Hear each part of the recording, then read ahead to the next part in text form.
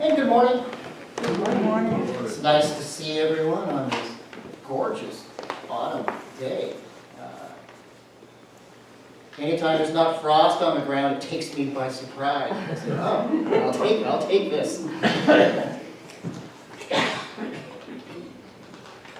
And I did build a small fire when I came in this morning. I was telling Forrest, it's great to have remote control.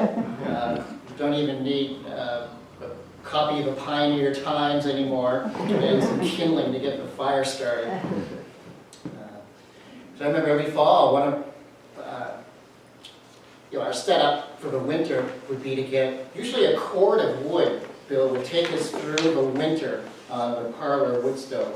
But it was amazing, it would take a lot of work to get a cord of wood and kindling and newspapers ready to go through the long Holton winter.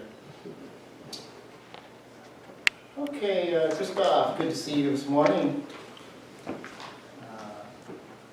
I think I'm ready to go when you are. We're going online this morning, so. I'm good.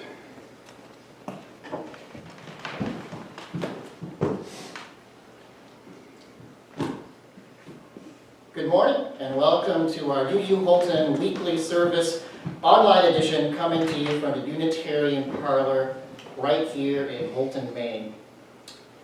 Today's beautiful autumn day partly sunny, and it's going to be in the 60s, so I hear.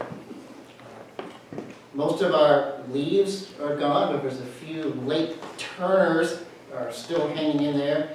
And I did notice the tamarack Friday afternoon. I was on a drive, and they're just starting to turn golden. Today, we continue our theme of belonging with part 3, looking at belonging in security or uncertainty. Even on our best days, we can still feel shaky or unsure of where we belong or wondering, is this the place? We are glad you could join us, and we thank you for spending part of your day right here. We're also glad to have a familiar face with us today. Diane was our regular service musician back in the 2000s, which now, when you do the math, is quite a long time ago. It didn't seem like it at the time. So welcome back, Diane Black. She will be sharing service music with us today. And for our prelude, she's going to be doing a reprise of a song that she was playing in its entirety just before the service, titled In the Calm.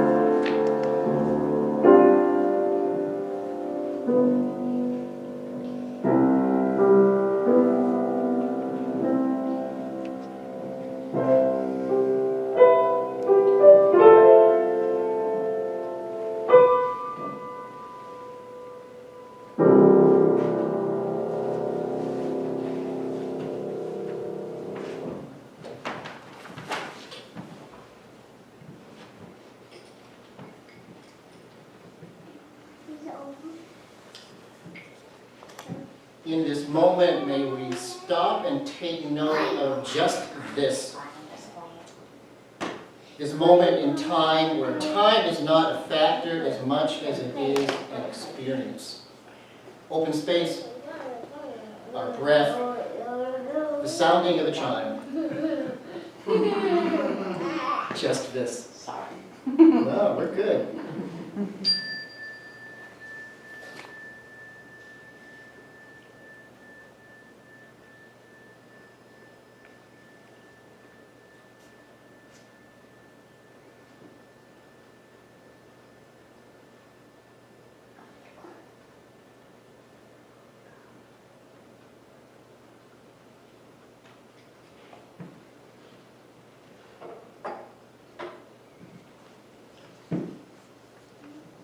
Dale, would you do the honor of lighting our chalice for us in this beautiful fall tonight?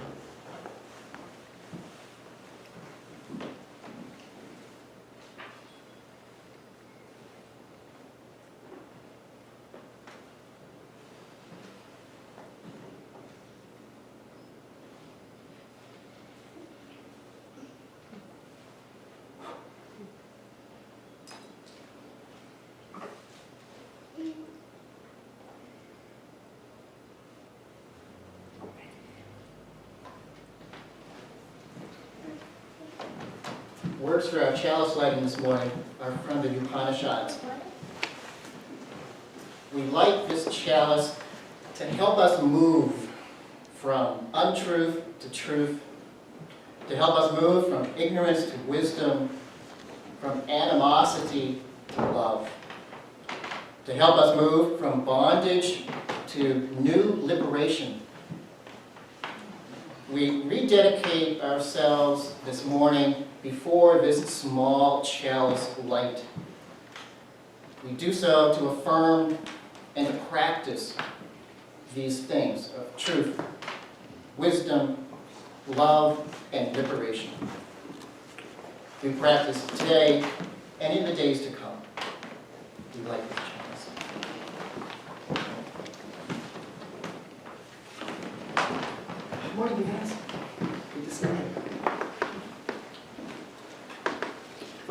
words this morning, I selected a poem from Mary Oliver from her book Evidence. And this poem ties into today's talk on being in groups, belonging in groups, the challenge of taking individuals, no matter how many, be it 5 or 45, and to find something in common. Last week, music was one of those art forms that can bring people into, as we enter a service from all of our different locations, geographic as well as mental and emotional, to come into one space and to share the space together. And this poem talks about we have more in common than we realize, even when a poet writes or when a minister speaks. The words they're sharing are not just their own. It's surprising to see how the common ideas that we share amongst ourselves, regardless of our background, our experience, or our age. So this is titled, I Want to Write Something So Simply. I want to write something so simply about love or about pain that even as you are reading it, you feel it. And as you read, you keep feeling it. And though it be my story, it will be common. Though it be singular, it will be known to you, so that by the end, you will think, no, you will realize that it was all the while yourself rearranging and arranging the words. That it was all the time words that you yourself, out of your own heart, had to say.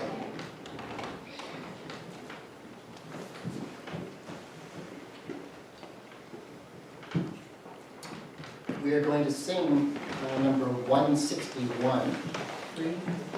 Oh, yes. I'm so glad you're here, Diane, to keep me on track. Yeah, let's do 163. That's the one that Diane has rehearsed. And Dale played this in last week's service, and we promised you that we would be singing it together today. So Diane's going to play it through one time, and let us stand as we sing.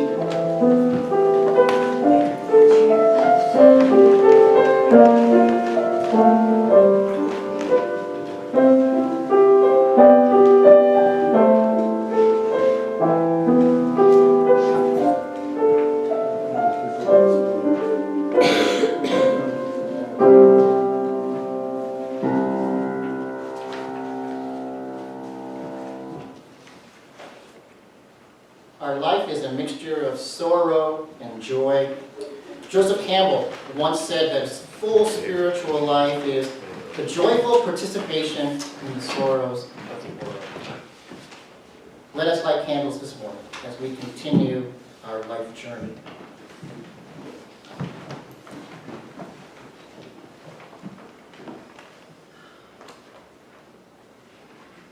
I lit a candle last week for my mother, who contracted COVID, and she went to the hospital, to the emergency room last Sunday morning. So she recovered nicely. She stayed in the hospital until Tuesday and then returned to Madigan. And she's on some medication now, but doing nicely. So this candle is for her continued recovery. And several of you followed up with me on Sunday and Monday to check on my mom, and I appreciate that so much. And this candle, again, is for, as COVID continues, in our community, and friends and family who are struggling with it. We'd like this candle to support them this morning.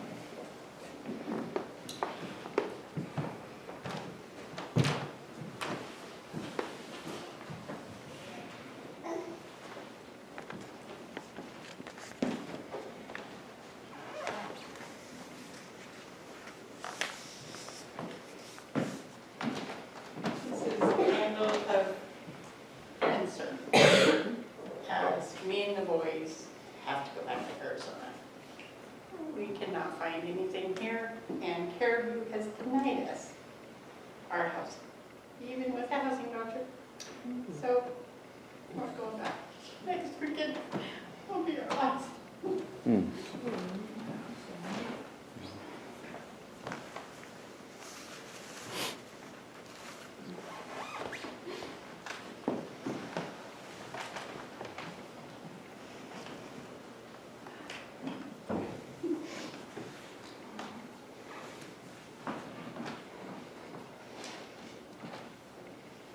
I lit this candle for our son Tom.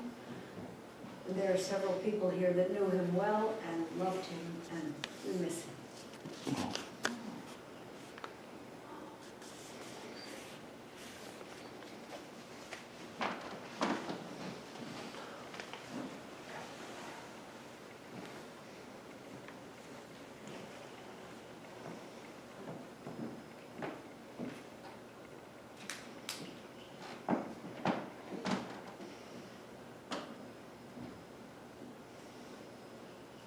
This is a candle of sadness. Earlier this week, Jason Anderson died. Jason was a music teacher, local music teacher here. And I just have a lot of memories of what Jason gave to this area.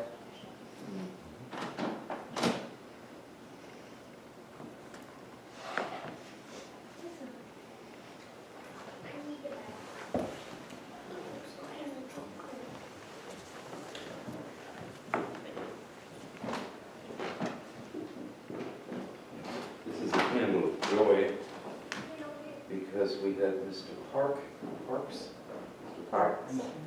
Mr. Parks was here, and he tuned all 3 pianos.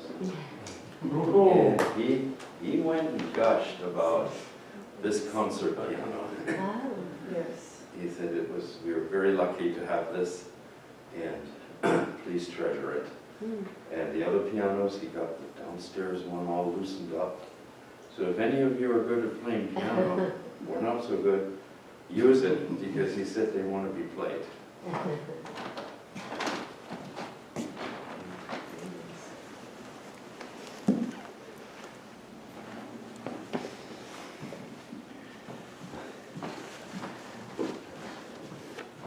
this is a candle, I think, of joy.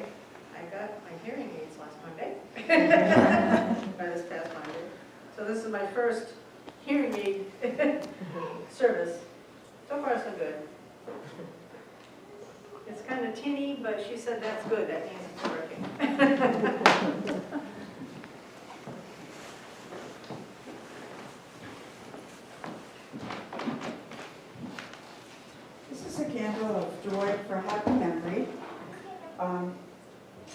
Black's daughter Michelle was part of a group years ago, directed by Ruleen Geishacker, called the Be-Calm Quartet. Brian McMahon, Camille Pierce, Michelle, and I can't remember who the other one was. But anyways, they were the most awesome, talented group of seniors, I think, in high school. And they played for our congregational church way back then. It was awesome. I thought I was in a concert hall listening to professional people.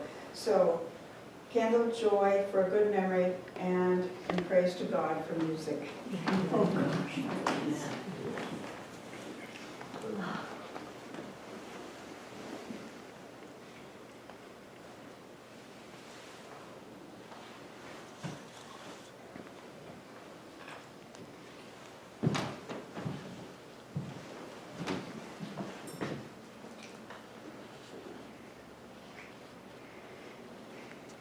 This is a candle for just children, young voices, and Teddy.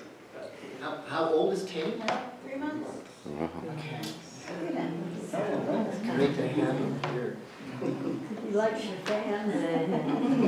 He's watching up there. Donna. Candle of joy that we have a beautiful sunshiny day. And our Sauntering Society will be walking around the block again at high noon. So anybody is welcome to join at the picnic table for a walk around the block.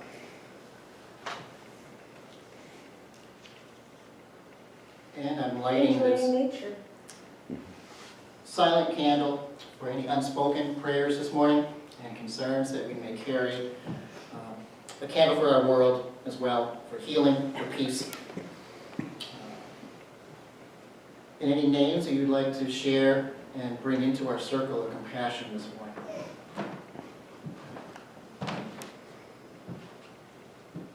Lucas.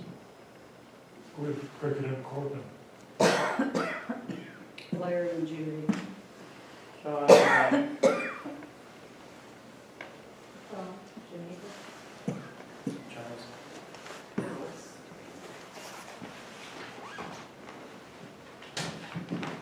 Gloria.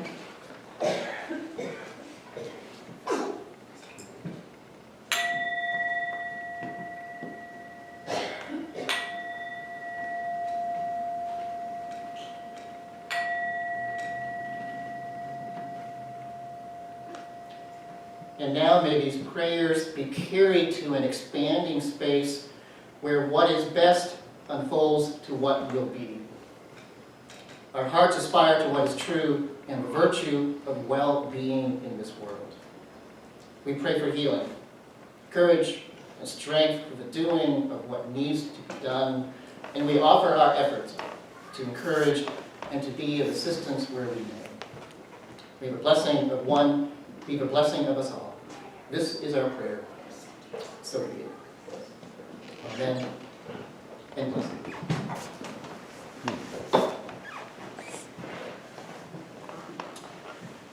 Our reading this morning is number 466.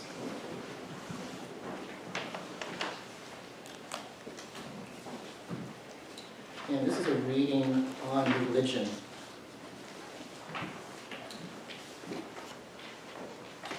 Let religion be to us life and joy. Let it be a voice of renewing challenge to the best we have and may be. Let it be a call to generous action. Let religion be to us a dissatisfaction with things that are, which bids us serve more eagerly the true and the right. Let it be the sorrow that opens for us the way of sympathy, understanding, and service to suffering humanity. Let religion be to us the wonder and lure of that which is only partly known and understood. And I, the Lord, His majesty and beauty, and a heart that rejoices in deeds of kindness and courage. Let religion be to us security and serenity because of its truth and beauty, and because of the enduring worth and power of the loyalties which it engenders. Let it be to us hope and purpose, and the discovering of opportunities to express our best in daily tasks. Religion uniting us with all that is admirable in human beings everywhere. Holding before our eyes a prospect of a better life for humankind, which each may help to make actual. We're going to sing again, number 34. Number 34. And we won't stand this time, we'll remain seated.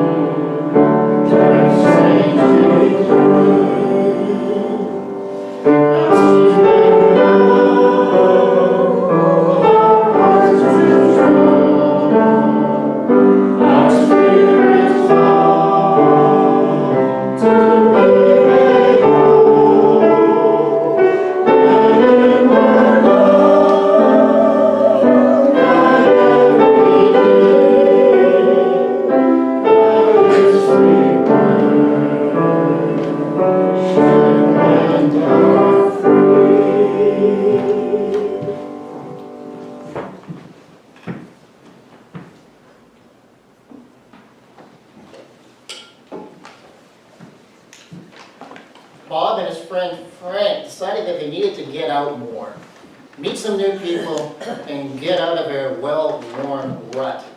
So they decided to join a club. The next Tuesday night, Bob picked Frank up in his car, and they drove downtown to attend a meeting. The speaker got up and said, "Welcome to the Assumption Club. I think we all know why we're here."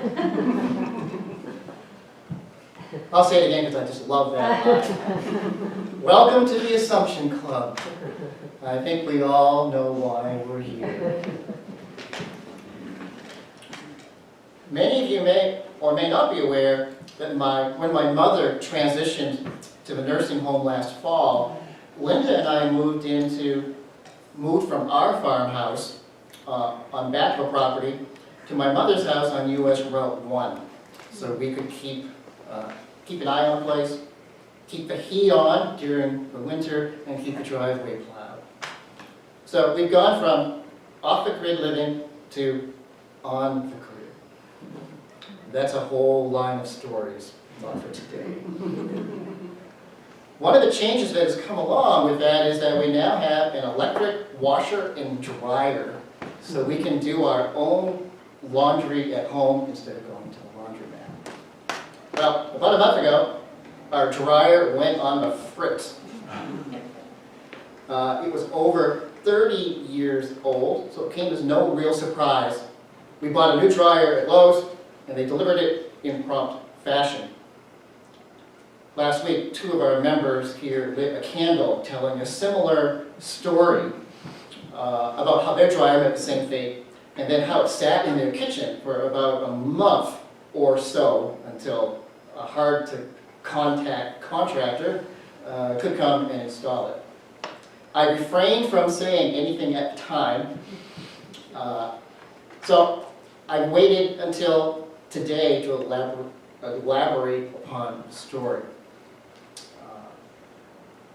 That was exactly what Linda and I had gone through. It took a month, a little longer perhaps, for our contractor to arrive. The dryer had been installed so long ago that it was wired directly to the electrical panel in our basement. So new wiring was required, an outlet box installed behind the dryer, and a heavy-duty electrical plug wired to the appliance. The electrical work cost almost as much as the dryer itself. When the electricians were finished, we were all standing in the kitchen waiting for them to turn on the dryer. One of them hit the button, we waited, and nothing happened. We all looked at each other. They double-checked the setting on the dryer, the plug, the connection.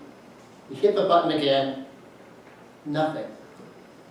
Then one of the electricians asked, "Dave, did you happen to check the breaker?"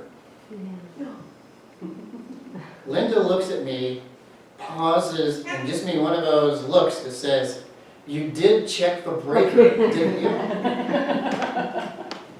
Well, the dryer was over 30 years old.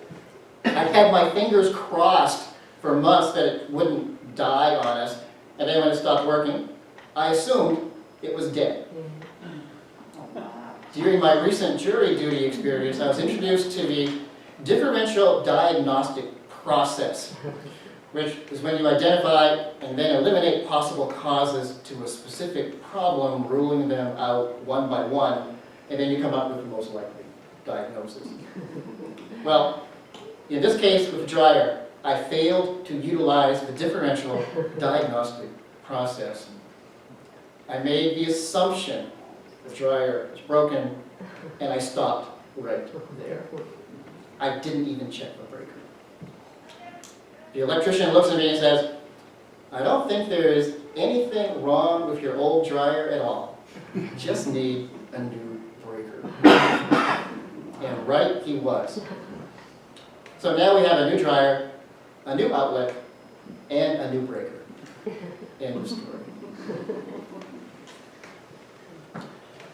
Of course, this is something I should have been well aware of. Don't make assumptions, because this is one of our 4 agreements that we try to practice here at UU Holton, and it's right here on the banner behind me. Don't make assumptions. Don't make assumptions. When it comes to our topic today, belonging uncertainty, I think our 3rd agreement, don't make assumptions, comes into play. Belonging uncertainty is a term that refers to a state of mind in which one suffers from doubts about whether one is fully accepted in a particular environment or ever could be. It's something we all experience from time to time and is a healthy reminder of the fragile nature of belonging. The assumption I think we need to be careful not to make is that everyone is secure and comfortable in being here, which is essentially a social situation and social setting. Do not assume that this is easy. We are social creatures that need social connection and social support, but we may not always feel that we have the social skills to successfully and consistently pull that off. A couple of weeks ago, we looked at Maslow's hierarchy of needs chart, and he placed belonging on the 3rd tier from the bottom, which can be a little misleading. Even though it's the 3rd level on the chart, and all the levels are the same size, research over the past several decades suggests that belonging should really be located closer to the base of the pyramid, as a need nearly as vital as food and shelter. And we need to keep in mind that this is not just true in our childhood, but throughout our adult lives. We have evolved as a fundamentally social species and have an instinct to seek social connection. I made an assumption years ago when I was first the minister here that most of us, especially our membership, felt reasonably confident of their belongingness and comfortability of being here. And then I would notice people saying things like they felt socially awkward, experienced social anxiety during coffee hour, or would sometimes find it difficult to connect to others, be it newcomers or people they had known for years. Once I had new awareness around belonging uncertainty, it made me feel different, more secure actually, just knowing that this was a common, felt experience, and that I wasn't the only one challenged in this way. We all were to a certain degree, challenged by this, even though it may vary from one person to the next. Cohen talks about this social anxiety in gradated terms or on a continuum. Social pain being the most severe, social uncertainty being intermittent and unsettling, and then social unease, a milder degree of general anxiety and awkwardness. The full range or sliding scale of social anxiety is common to all of us, yet we may not realize how common. And in that insight alone is possibly the most helpful means to stabilize and give ourselves a more solid social foundation to experiment and work on our own belongingness in the setting and situation. So in today's bulletin, I want to look at this section. This is from the introduction by Jeffrey Cohen from his book Belonging.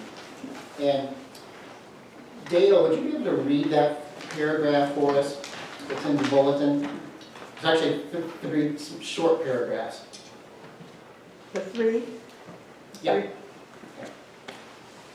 The term wise interventions refers to interventions that nurture people's belonging and self-worth. The interventions are simple and often counterintuitive solutions with powerful and even life-changing effects. Key to our being wise is a desire and readiness to see a situation from the perspective of others we're sharing it with, and to take note of how aspects of the situation may be affecting them. A situation in which we are comfortable might feel threatening to others, which we might not appreciate unless we're mindful. The overall message of this extensive body of expert research is hearteningly simple. Subtle, brief, psychologically wise interventions at the level of the encounter can make a world of difference in people's ability to make the most out of life's possibilities, unlocking our hidden potentials. Thank you. Cohen says that while we're sensitive to what endangers our own belonging, we tend to be much less aware of the feelings that others may be experiencing, the danger to their belonging. So the key to a wise or an in-the-know intervention is really talking about empathy. Are you aware of what the other person might be feeling or what they might be thinking, not just your own thoughts and feelings? Empathy is a game changer. It's something we're all familiar with, but do we actually use it as often and consistently as we should? Don't make assumptions. Be aware of situation crafting and wise interventions to help alleviate social uncertainty.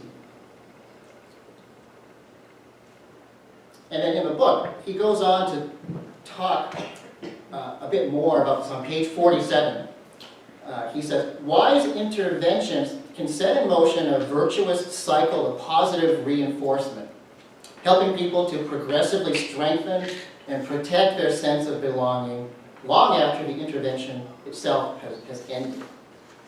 In fact, we see the virtuous cycle in many studies of wise interventions, especially when they meet the requirements of the triple T's of situation crafting. If you remember those from last time, it's the right psychological message tailoring is given to the right person or persons targeting at just the right time limits. Under these conditions, a wise intervention would be more likely to make an authentic connection with people's lives. So even a brief experience or encounter can have a larger effect than you might think. And the author shares an example from his experience. Even though belonging may be easily derailed, it can also be easily affirmed. When I was a self-doubting assistant professor, I found that a brief, stimulating conversation with a student or an email about how much someone was enjoying my class could put my mind at ease. Even these small moments of connection can have big effects. I've noticed and experienced for myself how these brief interactions can have a lasting effect during our own coffee hours after the service.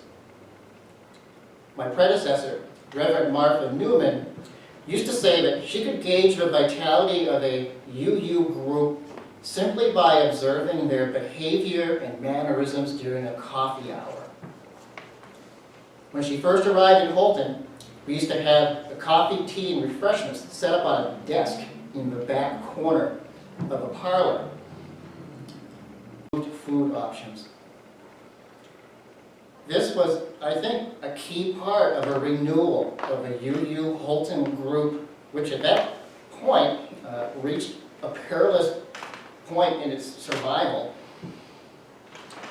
Not that coffee and improved pastries had turned things around, but belongingness and a connected sense of mutual interest that people discovered they had is, I think, what did it.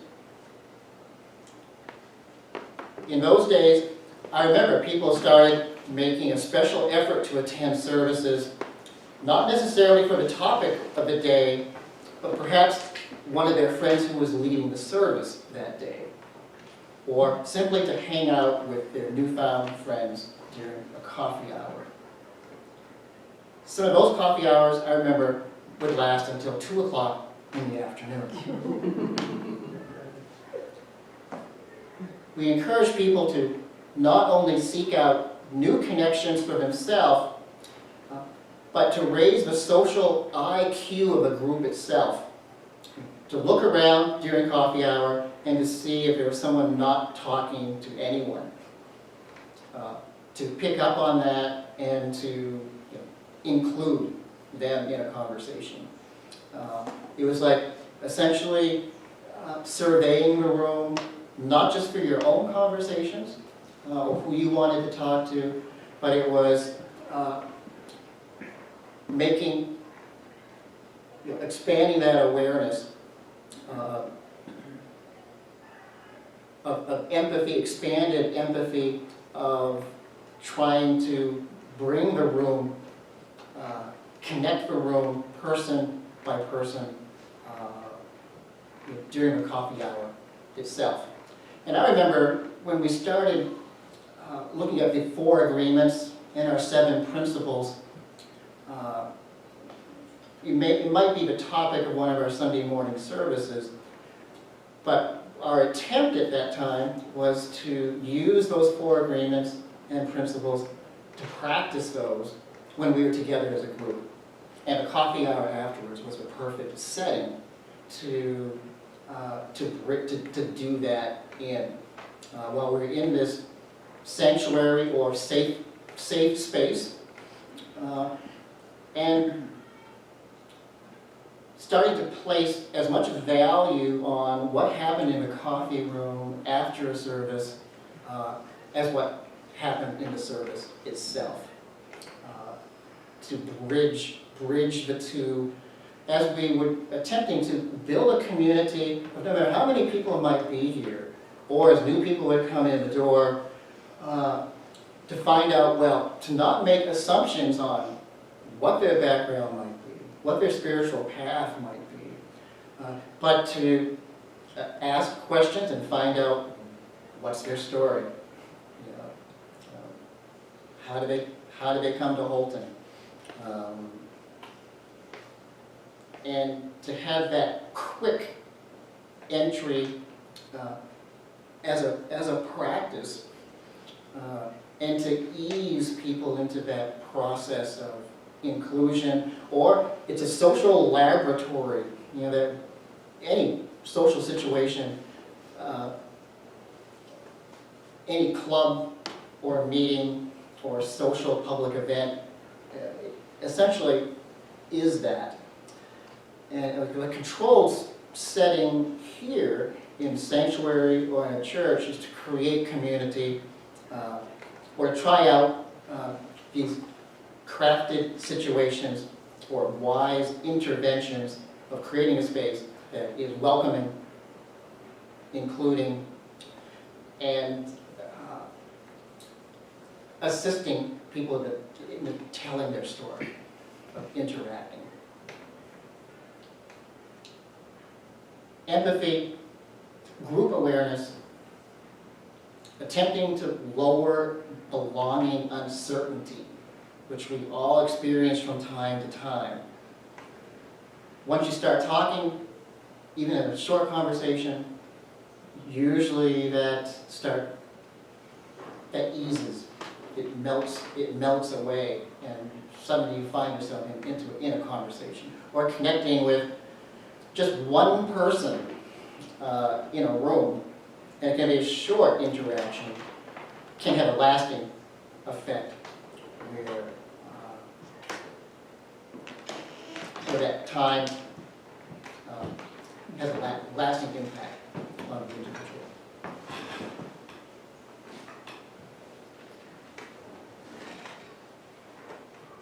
In closing, a quote from the last paragraph in chapter 2 of the book, which is titled Belonging Uncertainty.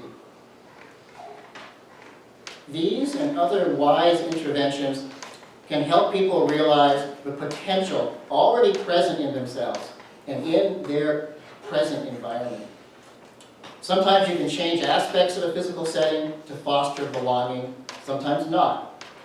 But as we'll continue to explore, you can almost always help people to apply a new mental lens to their situation so that it is less challenging to their sense of belonging. We all need to belong. We all need a place to be.